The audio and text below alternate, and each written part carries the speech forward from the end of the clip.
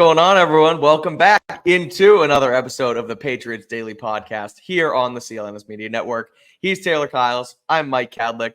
We're going to do a lot of Patriots today, mostly Patriots. We're going to grade the Patriots, or not really grade the Patriots offseason program, but rather give our winners and losers. So we'll get into all that, 3 winners, 3 losers from both of us. However, we're going to start with some other Boston sports news because, Taylor, the Celtics just won the NBA Finals. 4-1 winners, Game 5 win over the Mavericks at TD Garden last night.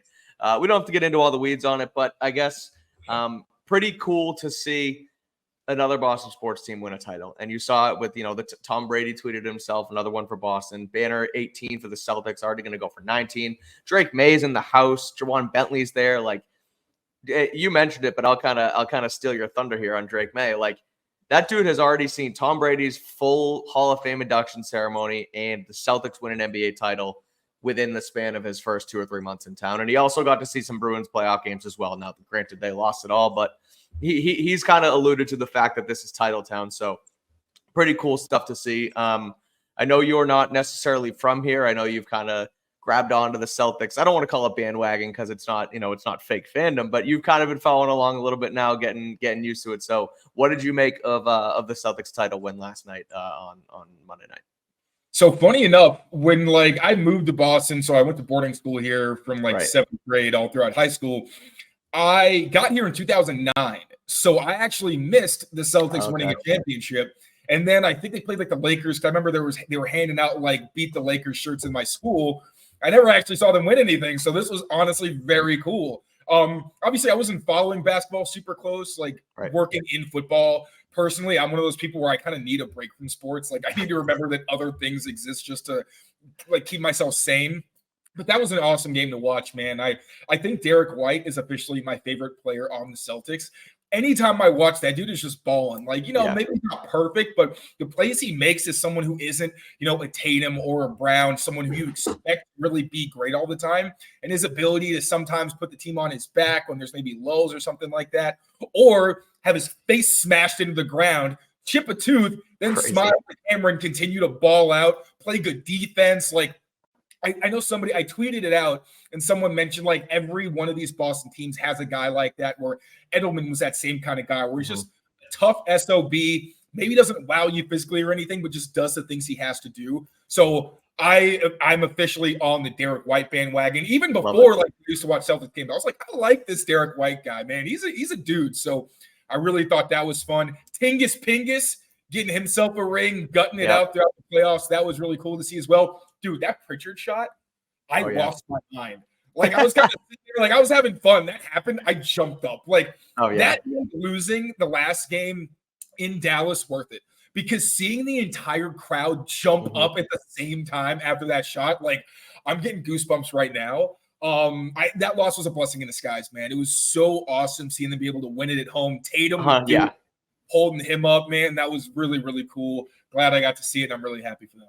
It's so much better than they wanted at home. I'm now I don't care that they didn't sweep them. I'm glad they were able to do it in front of the Garden because again, then you have a lot of people are like this, but me especially, I love all the post game stuff, listening to the who gets the MVP and watching them celebrate and the crowd staying, the confetti and all that stuff, right? And you don't get that when you win it on the road. It's just so quiet. The fans don't stay. They don't cheer. It's kind of awkward. Like the Warriors had to do it here a couple years ago, and they won it at the TD Garden floor. And it's just not the same. And so I was going into Game 4. I was all right, let's just win it and sweep them, and let's go. And then they lose, and it's okay, fine.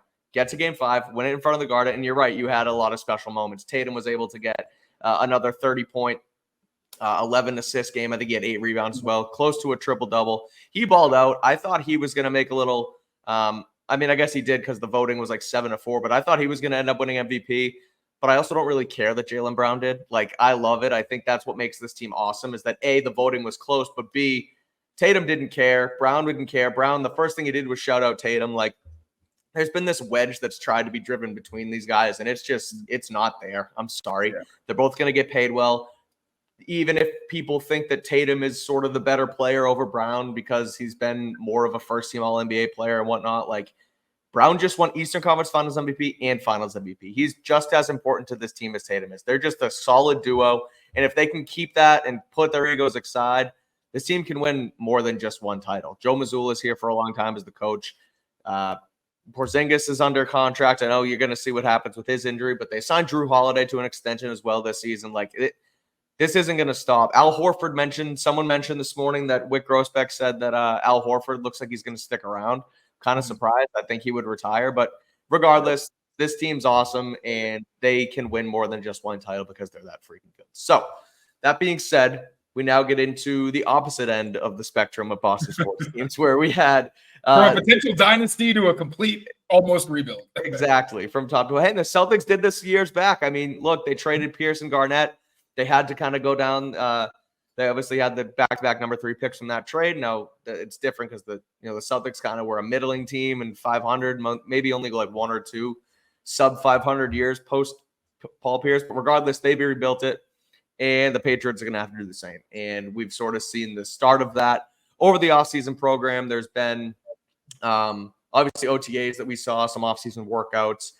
They had their minicamp last week, and now they are basically on summer break rather, until training camp, which starts July 19th, rookies report, and July 23rd, veterans report. So we got a little over a month. So what we're going to do now is give our winners and losers from the offseason program. Everything we saw in person, like I said, OTAs, minicamp, whatnot. We have 3 winners each, 3 losers each. We're going to go back and forth and discuss it. So Taylor, we'll start with you. Who is your first winner for the Patriots this offseason? This is pretty easy. It's Drake Maye. I mean, obviously, it seemed like the veterans really took charge during OTAs, and that was understandable. Even Gerard Maye would acknowledge when I asked him how exactly what's the thought process behind this. He did mention there are no depth charts. I feel like that's kind of a half-truth because there has to be some kind of system where when people are going to go in. But they did mix enough for you to understand why he would say that. But also, the veterans were in there because, we all want to talk about Drake Maye and Caden Wallace and all those things, but the rookies are one piece of the puzzle. This is an entire team where you need to make sure you're getting in quality reps, which is why we saw it was Jacoby Brissett, Bailey Zappe, Drake Maye, Joe Milton early on. Then, right before OTAs ended, we saw Drake Maye seize that top job pretty unquestionably. And I think that was what we were hoping to see, was that he's doing enough, not only on the field, we weren't there for all the OTA practices, but also behind the scenes that encouraged the team to say, okay, he's not Jacoby Brissett, but he can still be good enough where he is operating the offense efficiently, enough that we can put him over this guy who's been in the league for a long time. So obviously on the field, a lot of flashes and a lot of positive things, more good than bad, I'd say, because you saw the moments where the short passing, he just looked so instinctive and so smart and was able to put the ball where he needed to and get into tight windows. You saw some stuff downfield, not a ton, but I think also the red zone work where his ball placement really popped. All those things were what you wanted to see from Drake Maye. Now, the short accuracy was spotty at times. The decision-making and processing were shoddy at times.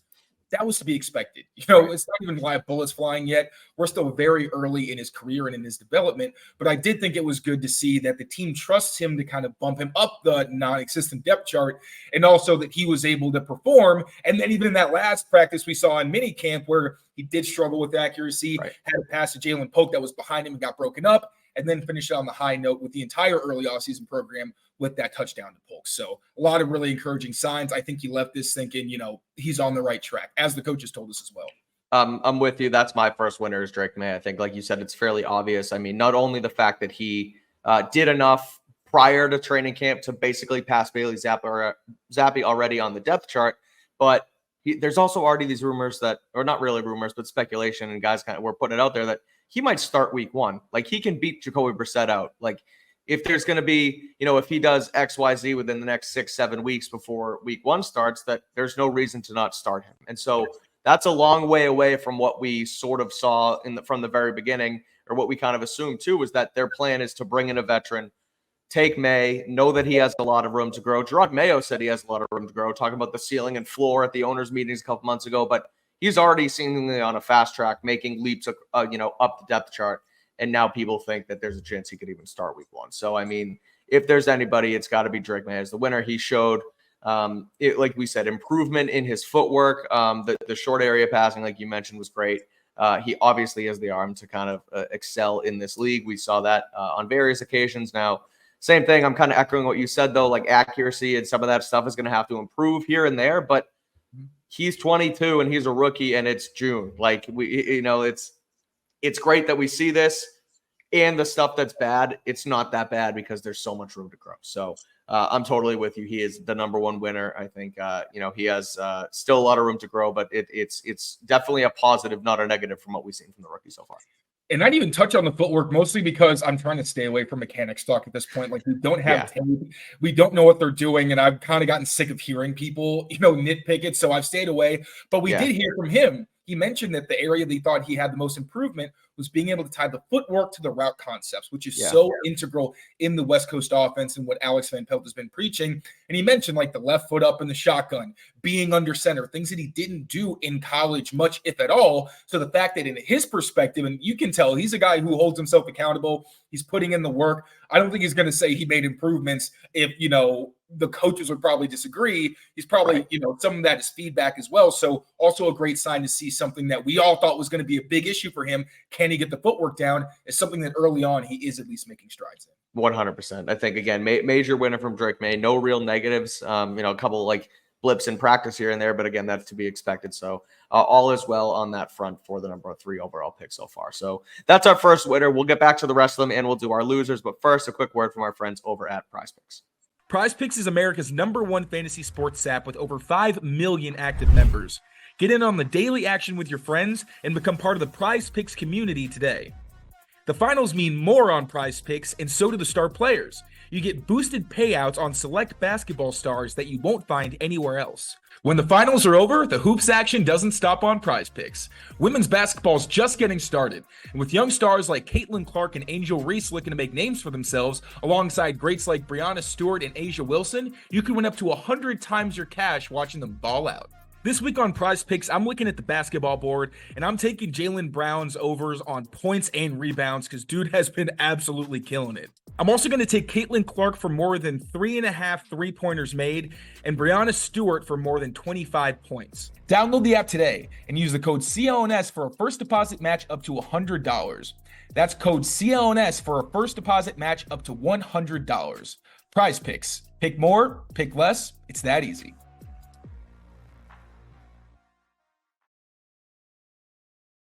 All right, Taylor, Drake Maye is the first winner. Who is your second winner of the Patriots offseason program? So it's going to be Caden Wallace for me. And I want to add the grain of salt that offensive line evaluation is almost impossible at this stage in the offseason. Now, there's times where obviously guys make mistakes. And if you have a quick loss in pass pro, that's not great.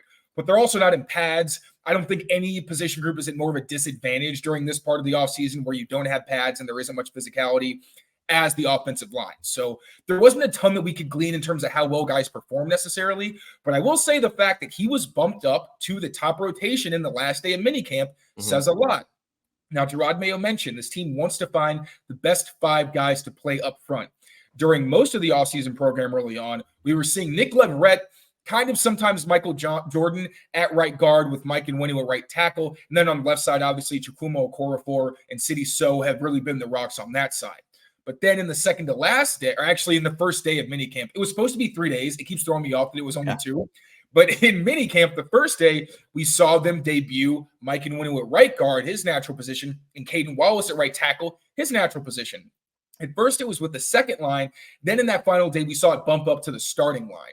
So Caden Wallace is someone we thought behind the scenes would have to, or also on the practice field, of course, would have to train at left tackle, get it under his belt. Probably wasn't going to play as a rookie unless he really stood out and beat out Chukwuma Okorafor. But I think Okorafor is someone that if Caden Wallace plays so well that he's objectively better, then for sure play him there. But I think Okorafor is a solid player. So I do think he's better than Nick Leverett, who's been a career backup. And Chooks, whatever you want to say about him, he's been a starter. He was re-signed by the Steelers, and he only got benched because he got caught mouthing off about Matt Canada, which frankly is fair, but I also understand why Mike Tomlin was upset about it.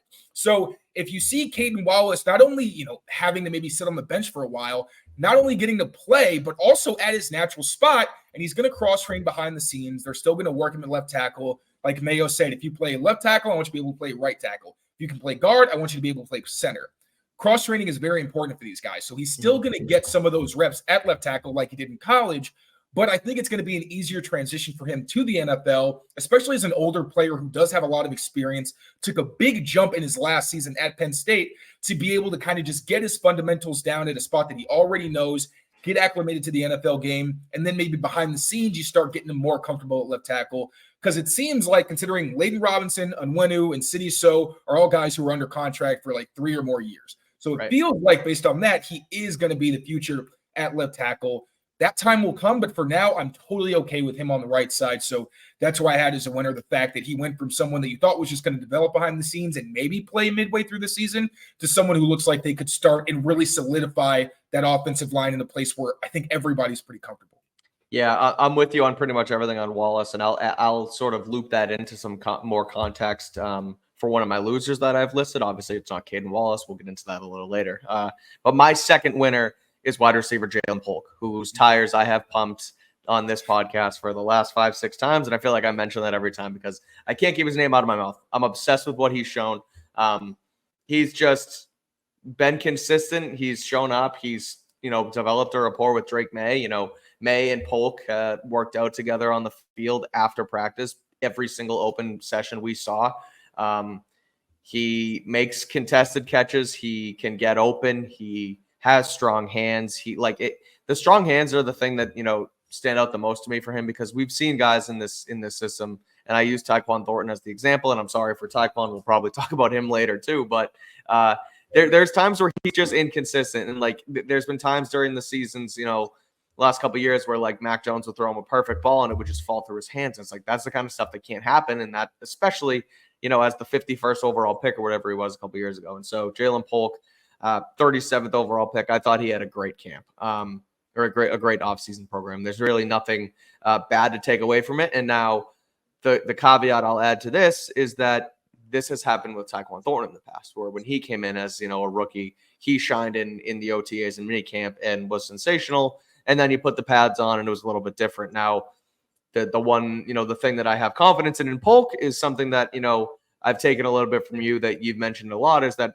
one of his best traits is a blocker. So he wants to put the pads on. He wants to get out there and maul guys and, throw a guy 5 yards off the line of scrimmage and then come back later on the next drive and run a slant and score for a touchdown. So that's his game. So I'm looking forward to him even more this summer rather. Looking forward to see what happens in that wide receiver room. But everything we saw from him was mostly, second team, second X behind some of those guys. But he's, he got in the mix. He wasn't just behind all the starters either. He was kind of in there a lot and made a couple good plays towards the end of camp in that red zone period that we talked about with Drake Maye. So Jalen Polk is my second winner. Taylor, who is your third winner of the Patriots offseason program?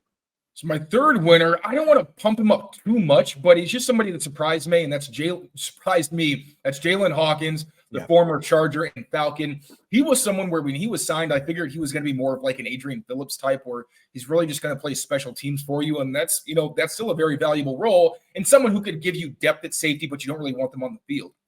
Instead, it seemed like he's taken on some of Marte Mapu's old responsibility as that third safety in their big nickel packages. Yeah. So when I say big nickel, that's 3 safeties. I think the best combination that the Patriots have there is when they can use Duggar in the box with Jabril Peppers as that kind of big slot corner, where he and Anthony Jennings just had a ton of success blitzing against the run. I think that's where they thrive. But because Jabril Peppers was their best deep safety, he couldn't always be in that alignment. He did a lot, but not as much as maybe they would have wanted.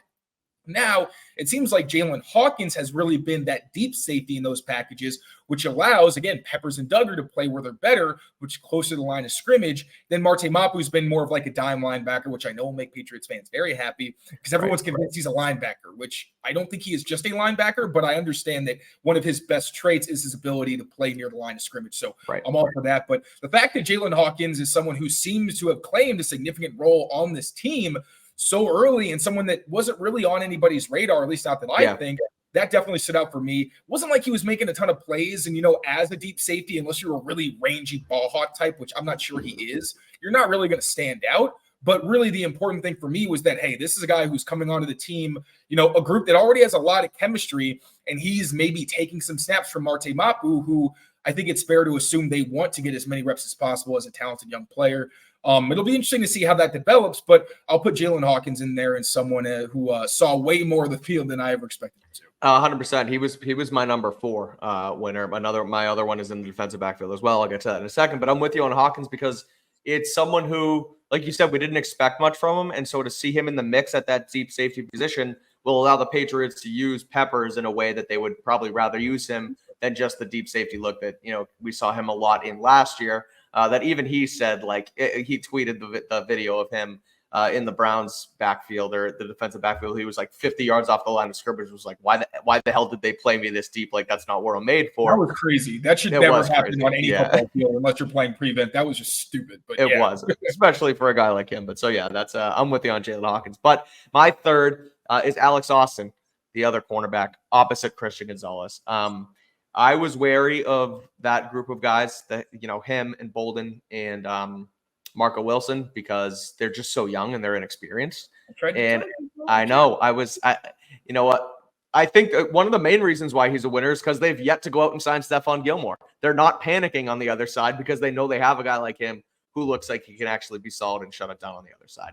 He took he was basically their second corner opposite Christian Gonzalez for the entirety of minicamp and OTAs. Marco Wilson is able to mix in Bolden a little bit more in the slot, but it looks like Alex Austin is ready to sort of grab hold of the outside corner role, which is huge. And he made a ton of plays. He's consistent. He's a bit of a ball hawk.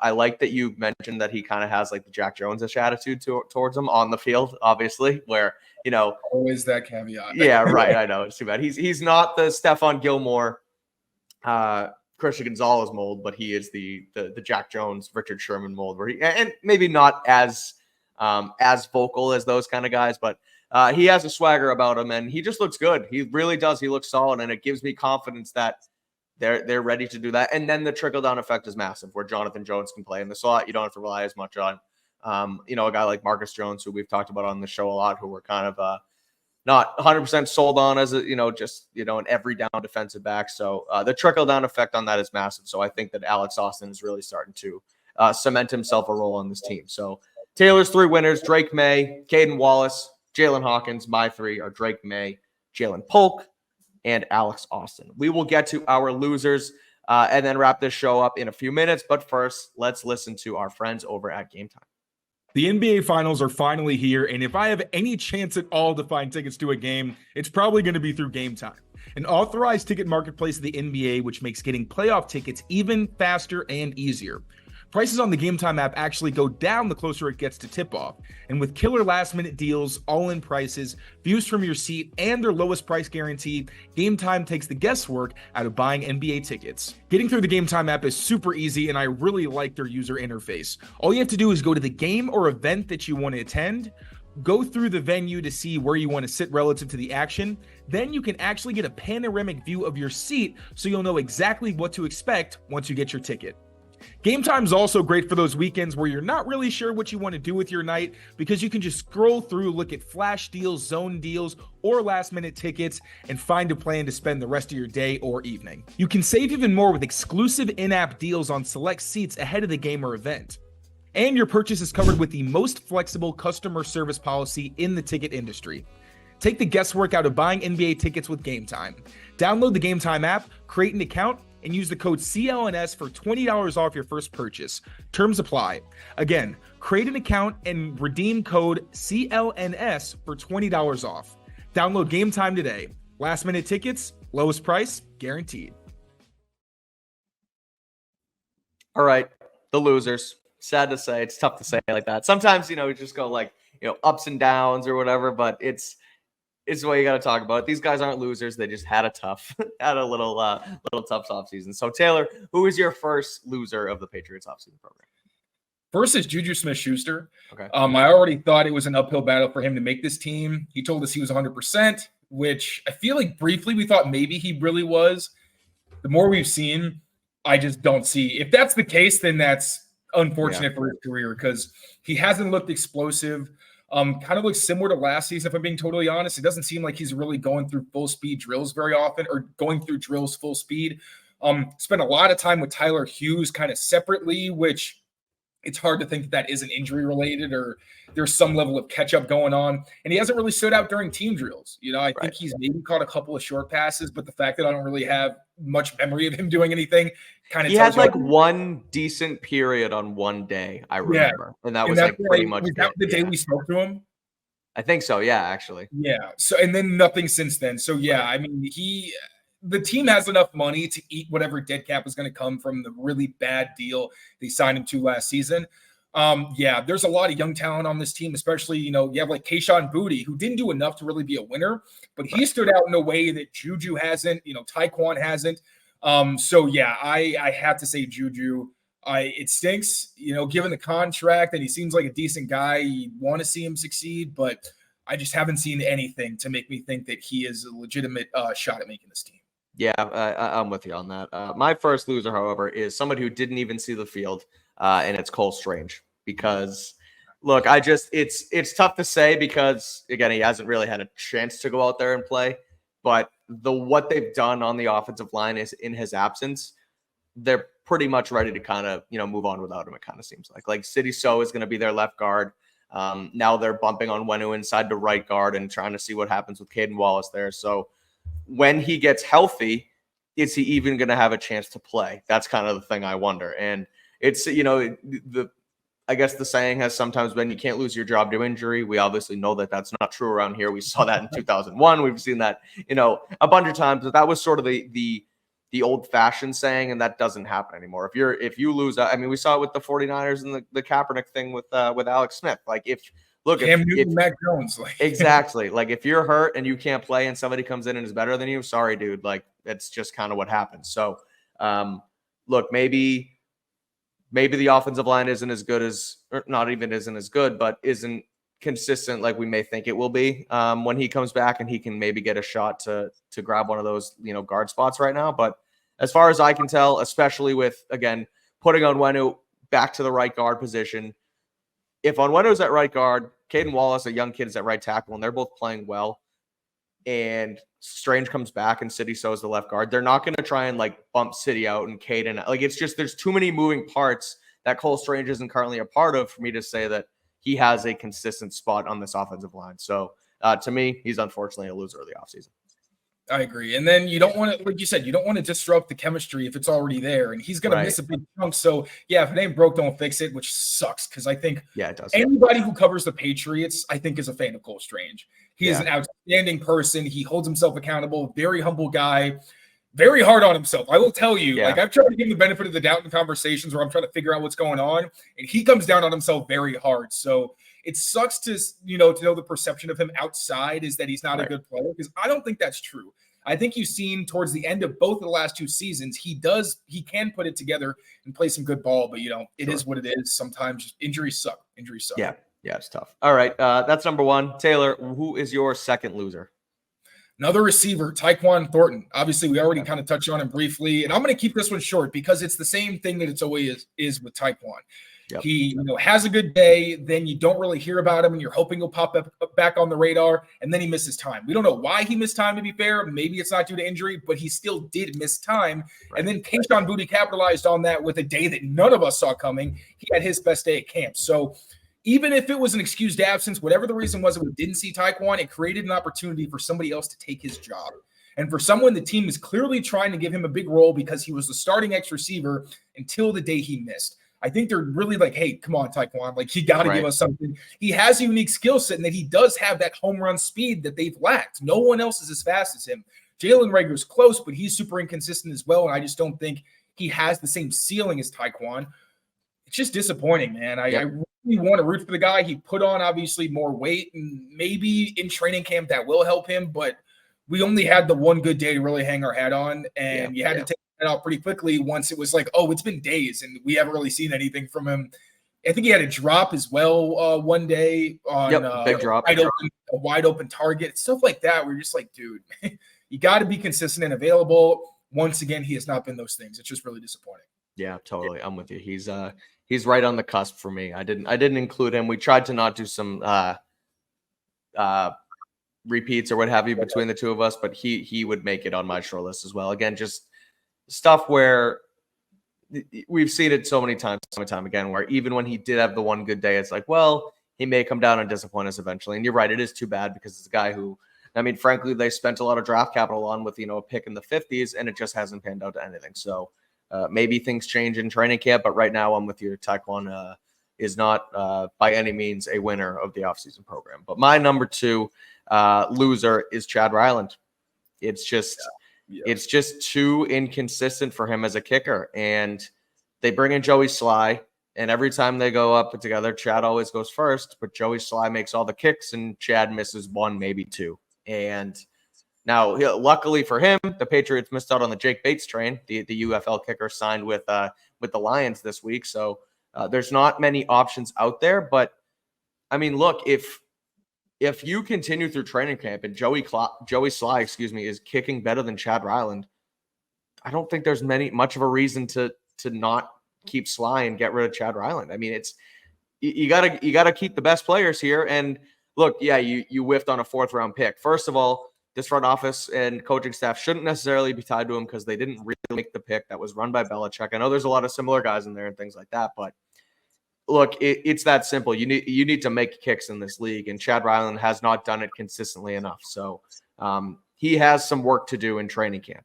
Now, could they bring in another kicker? Perhaps. Could they stick with Joey Sly? We'll see. But I think whether it's Sly or whether it's somebody else, they need to continue to kind of light a fire under his ass and make it known that, look, this is not even close to your job right now. And I think he knows that. He seems pretty self-aware every time we speak to him.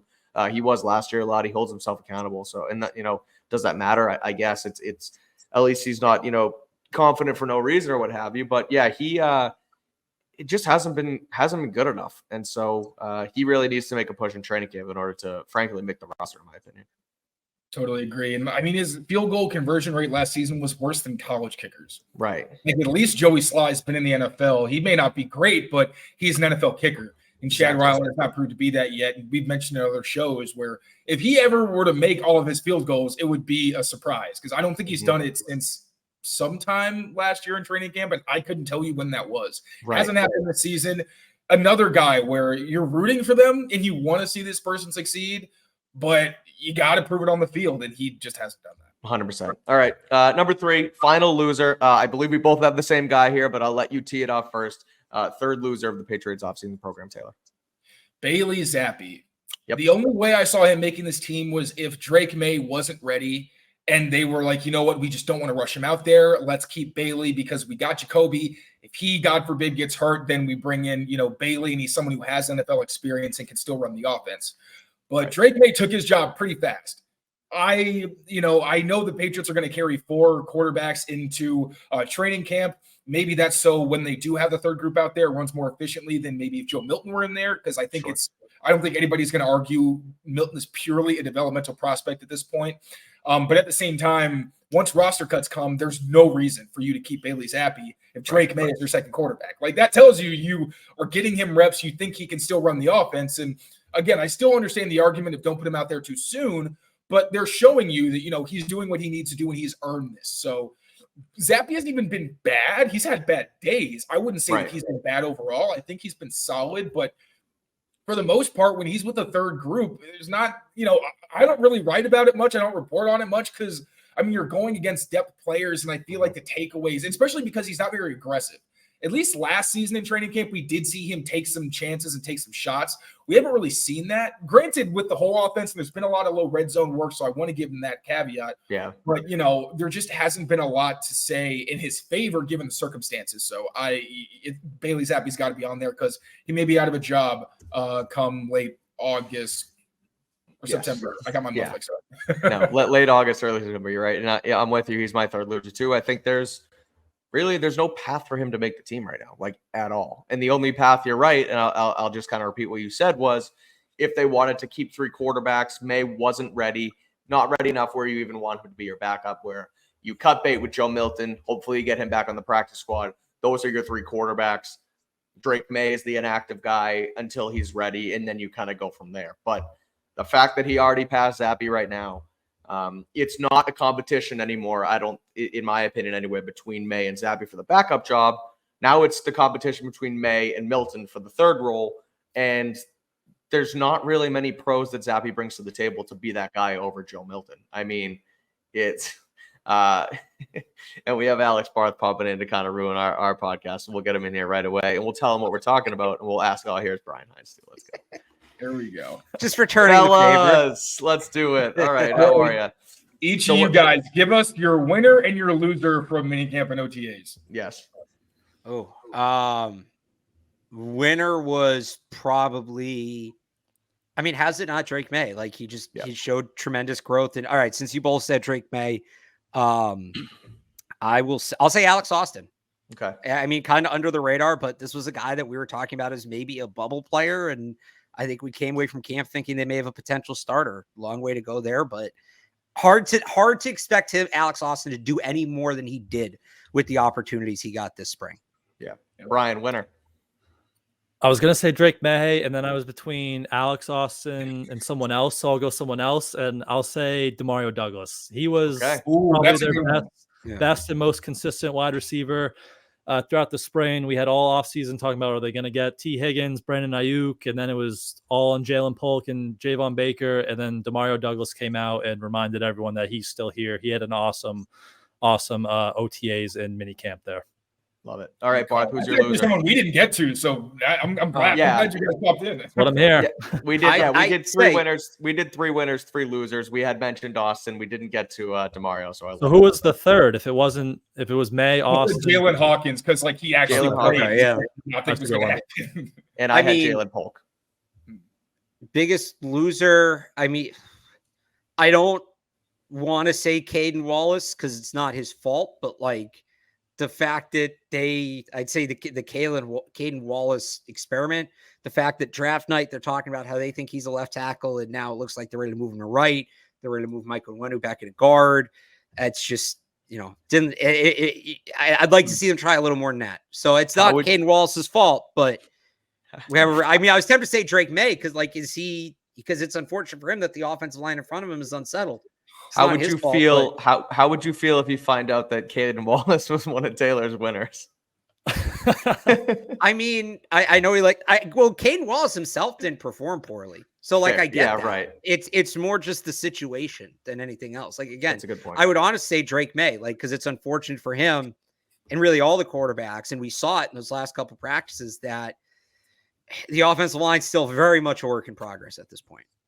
Yeah. So, okay, just real quick, we will get to you, Brian. Just for my end of the spectrum, just so you understand, I was saying he was a winner, one, because I just don't put a lot of stock in offensive line performance when there's no pads. Offenses are at a huge disadvantage.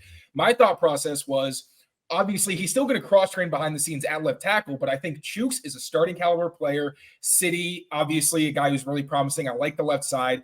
But then I see it more as you don't put Nick Leverett on the field, who is a career backup. Instead, you move Mike Nwenu back to his natural spot, and you give Caden Wallace live reps against NFL competition, where it's a bit of an easier learning curve because he's not just acclimating to the NFL and switching sides. He's actually getting to understand, based on technique he already has or is familiar with, what it's like to go up against those kind of guys. And again, still is getting cross-trained. I thought he was a winner really because he's going to be getting reps. And he's all right.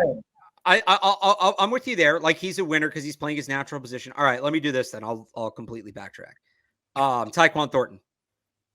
Yeah. Yep. Did not get a ton of reps. Didn't finish the week.